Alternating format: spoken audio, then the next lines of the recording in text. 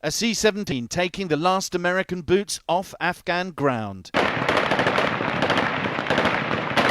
The end of America's longest war, celebrated in Kabul with live ammunition blasted into the sky.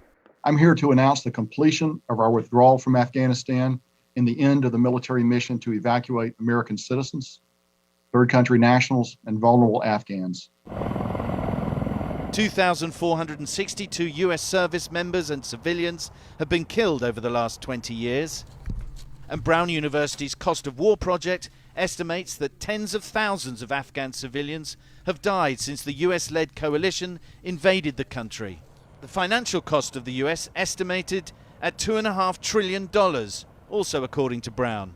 The Taliban now in control of the last US footprint, Kabul International Airport. The death toll was still climbing as the clock ticked down towards the end of the war. 10 members of the same family were killed in an earlier US drone strike against an alleged ISIS terror team. It had been posing an imminent threat to the airport. 6 of them were children. The Pentagon saying that there were significant secondary explosions, indicating a substantial amount of explosives in a vehicle hit by the drone. With just hours left ahead of the withdrawal deadline, evacuations totaled over 123,000, down to 1,200 in the final 24 hours before the US left. The Taliban, for 20 years just a militant force, must now figure out how to govern. In central Kabul, the economy has ground to a halt, and Afghans are struggling to withdraw money from banks. Many of them are still trying to leave.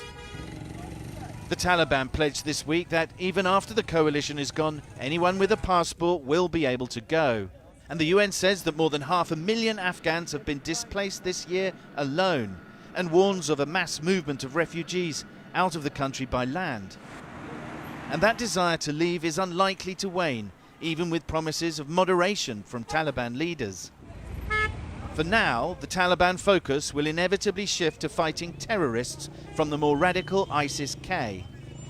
For America, this war is over. For Afghans, another may have already begun. Sam Kiley, CNN, Doha.